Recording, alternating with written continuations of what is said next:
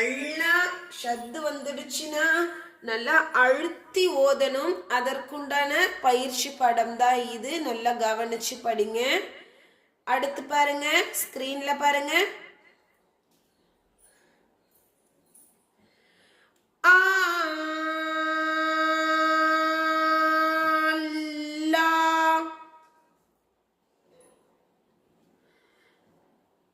இங்க அலிஃபுக்கும் ஹம்சாவுக்கும் ஒரே மாதிரி தான் நம்ம ஓதுறோம். ஆனா அதோடைய வடிவம் மட்டும் உங்களுக்கு வேற வேற கொடுத்துருப்பாங்க. அப்போ கன்ஃபியூஸ் ஆகக்கூடாதுங்கிறதுக்காக வேண்டிதான் இந்த பயிற்சி பாடம். அடுத்து இதை தொடர்ந்த வண்ணமாகவே பாருங்களேன், அல்லாஹ் மென்ஷன் பண்ணி கொடுத்துருக்காங்க. இதை எந்த அளவுக்கு நம்ம அழகா வல்லினமா ஓதணுங்கிறதையும் கவனிக்கணும். நல்லா பாருங்க. அடுத்து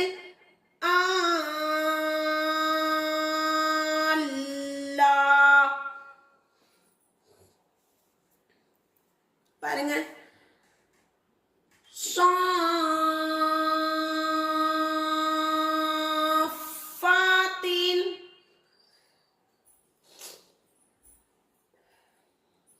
அடுத்து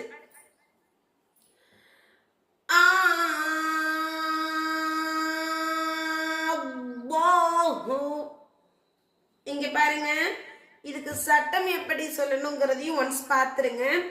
அலீஃப்க்கு மேல 2 சட்டம் கொடுத்துருக்காங்க. என்ன கொடுத்துருக்காங்க? 2 சட்டம் கொடுத்துருக்காங்க. நம்ம என்ன பண்ண போறோம்?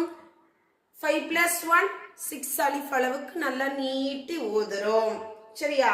அடுத்து இங்க ஷத்துடைய வகையும் கொடுத்துருக்காங்க. ஓகேவா? கடாசபர் மென்ஷன் பண்ணி வரக்கூடிய ஷத்து நம்ம முன்னாடி உள்ள எழுத்தோட சேர்த்து அழுத்தி ஒரு அலிஃப் அளவுக்கு லாவ நீட்டி ஓதுறோம். ஹாவுக்கு மேல பேஷ் கொடுத்திருக்காங்க. இது ஹரக்கத்துடைய சட்டம். நீட்டியோ தெளிவில்லாமல் ஓதக்கூடாது. ஓகேவா?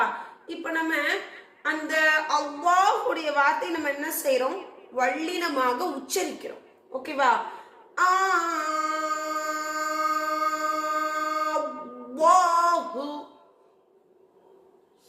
ஓகே, இதுவும் சேம்.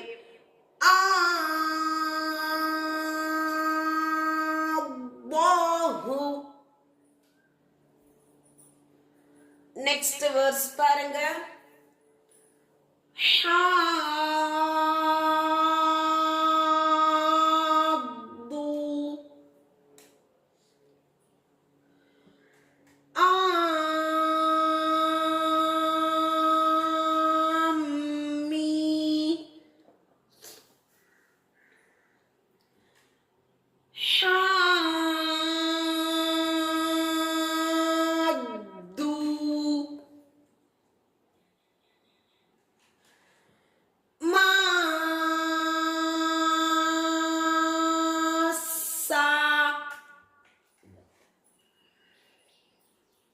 அடுத்து பாருங்க,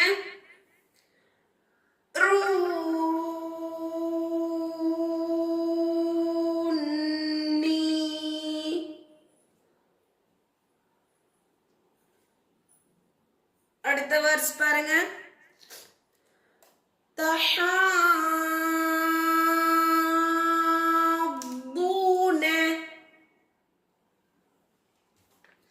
இங்க கூடவே ரிப்பீட் பண்ணணுங்கிறதுக்காக தான் கொஞ்சம் கேப் கொடுக்குறேன்.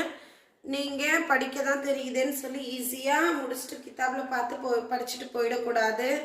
ஆடியோஸ் வீடியோஸ்லாம் போட்டு நல்லா கவனிச்சு பார்த்து ரிப்பீட் பண்ணாதான் நம்மளுக்கு குர்ஆன்ல போகும்போது ரொம்ப ஈஸியா இருக்கும்.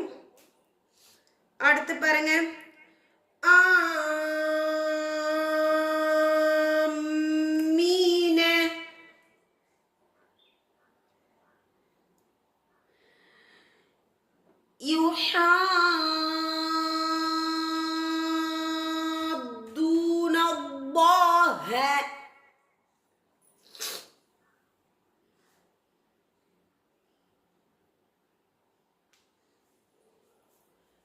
அடுத்து பாருங்க,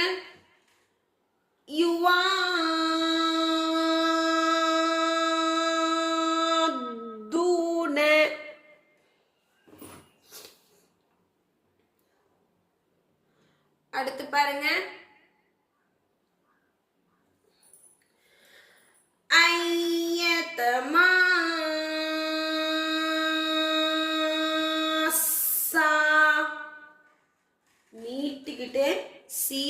லாஸ்ட் மினிட்ல நம்ம சேர்த்து அழுத்தி ஜாயின் பண்ணி சொல்லணும்.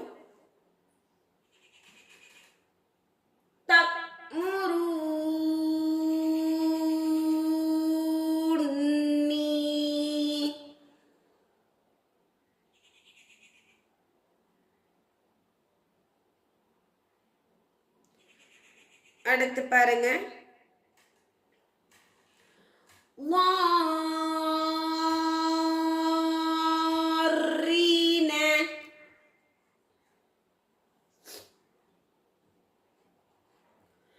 அடுத்து பாருங்க,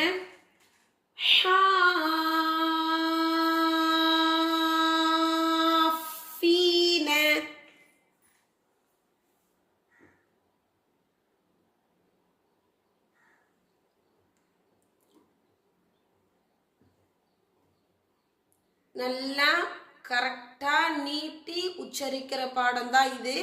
நல்லா பயிற்சி எடுத்துக்கோங்க, அப்பதான் நம்மளுக்கு குர்ஆன்ல போனா ரொம்ப ஈஸியா இருக்கும். அடுத்து பாருங்க,